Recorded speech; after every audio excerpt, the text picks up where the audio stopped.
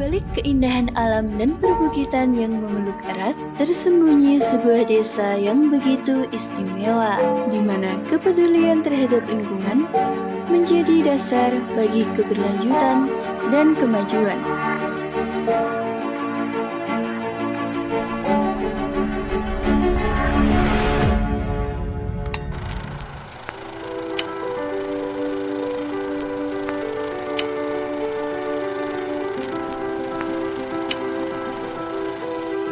Selamat datang di Desa Karangbener.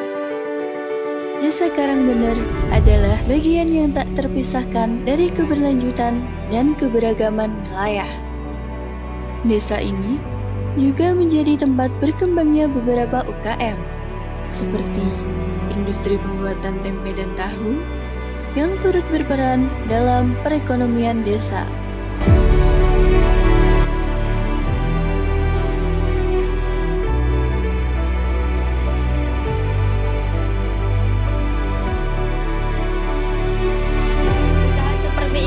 Berpengaruh bagi perekonomian di desa ini. Sebagian besar mata pencaharian di desa Karangbener ya seperti ini. Alhamdulillahnya memberikan dampak positif terutama di bagian perekonomian bagi kehidupan masyarakat sehari-hari.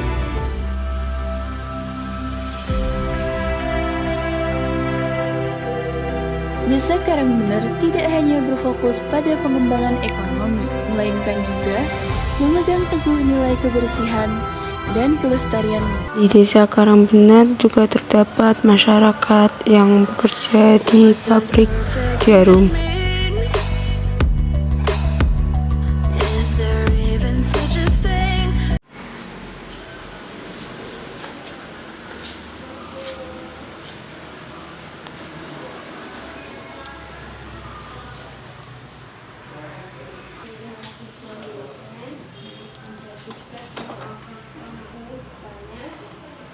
Bagaimana tantangan apa yang dihadapi masyarakat Karangbener saat ini? Tantangan dari masyarakatnya. Tantangan dalam ekonominya, misalnya sesuatu kegoncangan atau kesulitan dalam mencari pencaharian. Mungkin kalau di Karangbener sendiri kan pabrik jarum kan banyak kan mereka juga kerja di pabrik jarum sini. Jadi memang kalau perekonomian ya bisa dibilang ya cukup baik, nggak terlalu jadi masalah kalau ekonomi bisa kan. Tapi kalau dengan tanya terkait masalahnya ya mungkin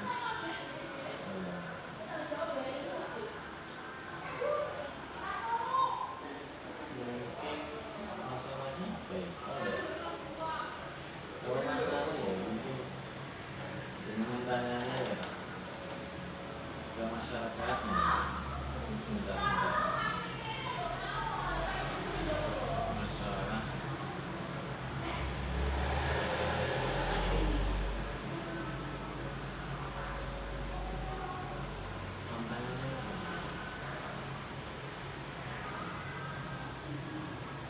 Tantangan dalam hal ekonomi gitu Mbak? Iya, dalam ekonomi kalau misalnya kan ini kan masyarakatnya kan ada yang sebagian pemerintahan itu, bagaimana solusinya ketika masyarakat tersebut menolak atau kalau misalnya kan ini program pemerintah kan kayak memberikan bantuan itu masih ada atau disebar-sebari setiap tahunnya? Kalau terkait masyarakat miskin juga banyak yang ekonominya kurang itu yang kita kasih bantuan. Memang dari dirinya itu sudah tidak bisa bekerja, dari dia sudah tidak produktif nantinya, dan mungkin ada yang disabilitas, tidak bisa, pokoknya intinya yang sudah tidak bisa bekerja dan mereka itu sudah tidak produktif. Kalau memang mereka produktif ya di sini banyak pekerjaan, mungkin bisa pertanian, bisa kayak pabrik jarum itu banyak yang bekerja di situ.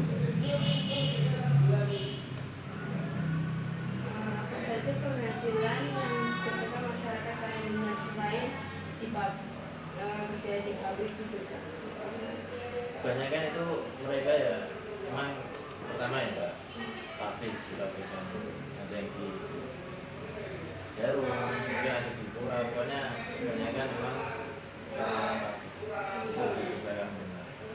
Kedua itu petani, petani karena wilayah desa Karangbener itu kan 40% masih dalam pertanian.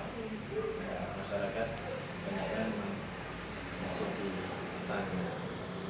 Tiga gitu. Mungkin ada pilihan dan lain sebagainya. Itu.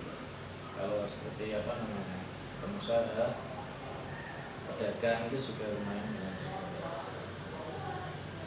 Mungkin itu. Bagaimana kondisi masyarakat penerima keahlian kesulitan dalam mencari penghasilan? Bagaimana kondisi masyarakat ketika menerima keadaan kesulitan dalam mencari penghasilan? Kayak misalnya kan kemarin itu kan musim kemarau, kan itu petaninya apa dapat bantuan dari pemerintah atau tetap menganggur di situ? Kita mengasih bantuan ya. Sebelum saya di sini saya dapat info. Saya baru ya di sini, baru 2023. Dapat info waktu COVID kan banyak yang nganggur.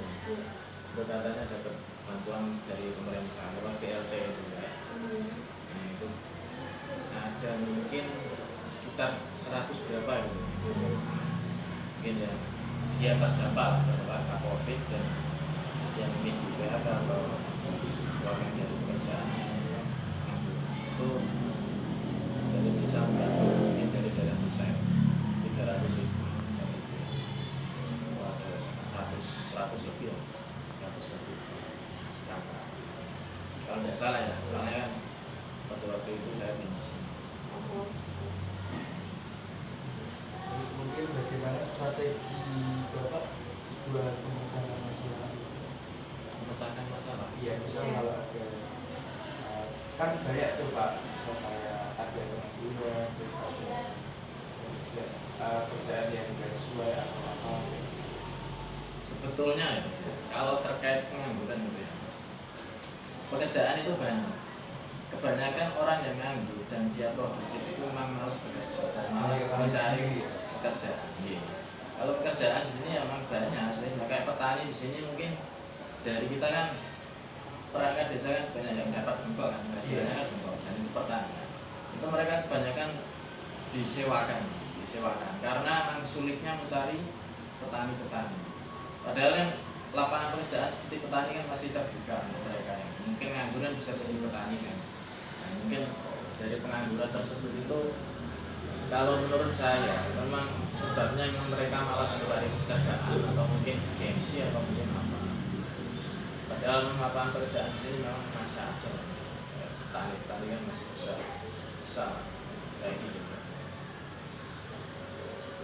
Tapi kalau untuk desa sendiri mungkin membuka lapangan pekerjaan kan bukan ranah kita. Kita membuka lapangan pekerjaan kan bukan tujuan kita. Kita cuma memberikan mungkin bimbingan kalau mungkin dia menganggur atau apa kan bisa mungkin Pak Agar baru bisa menunggu. Tapi ya bukan ranah dia juga. Itu kan pribadi mereka mau bekerja atau tidak kan kita tidak ada kewajiban gitu kan. Kecuali mereka memang membutuhkan pekerjaan dan tidak ada pekerjaannya, itu bisa kita bantu lah. Tapi kan kalau produktif dan dia tidak mau bekerja ya mau gimana lagi ya tidak bisa. Kalau seperti yang memang sudah tidak bisa bekerja kayak dia sudah tidak ada penghasilan dari manapun, kita kan membantu kayak ada teman-teman dari pemerintah KPL atau beras atau yang PLTDJ itu memang sudah dipilih yang memang dia membutuhkan dan sudah tidak bekerja itu maksudnya ya nganggurnya itu sudah tidak produktif lagi, sudah ada penghasilan. Tapi kalau memang dia produktif ya kita tidak bisa membantu, mereka sendiri harus tanggung jawab mereka sendiri. Apakah ada program-program wajib atau mungkin dari kepala desa dan staf-stafnya buat kayak mungkin entah itu ada acara webinar atau mungkin yang terkait ekonomi masyarakat. ya kayak ada mungkin bisa mengadakan seminar atau apa atau Selama ini sih yang lebih aktif ya Mas, itu PKK-nya. Kalau terkait UMKM mungkin ada sosialisasi terkait pembinaan UMKM di desa. Sepertinya ada kalau dari PKK ya, UMKM desa ini kan lumayan juga. terus ini di luar dari perekonomian ya. Apakah ada kalau di dalam ini apakah ada upacara adat atau tradisi yang belum dilakukan? Kalau upacara adat ya, kalau dibilang kayak peringatan haul itu bisa dibilang upacara adat atau nah kalau haul peringatan haul kan tiap tahun kita mengadakan sudah jadi budaya dari hukum itu ada haul bagi budaya kayak sikap mereka bisa kan itu ada. Tapi kalau kan ritual-ritual khusus kayak gitu kan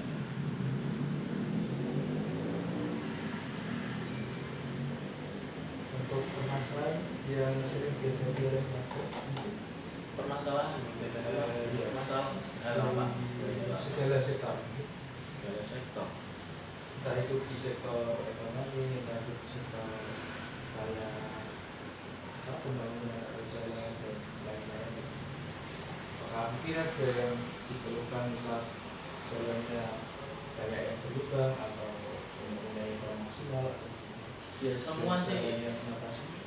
ya kayak apa namanya keluhan warga kayak terkait jalan. Kalau di desa yang dikeluhkan masyarakat ke desa itu kan kebanyakan infrastruktur jalan dan itu mungkin yang di desa Karangbener yang masih jalannya rusak ya di daerah Kadisono.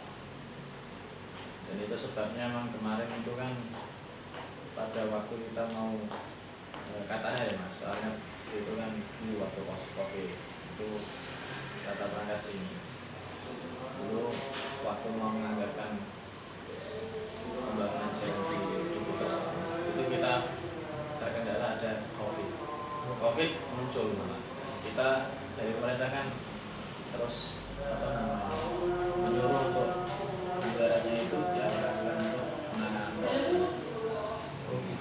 Jadi kita tidak bisa dana desa tidak bisa untuk membangun jalan.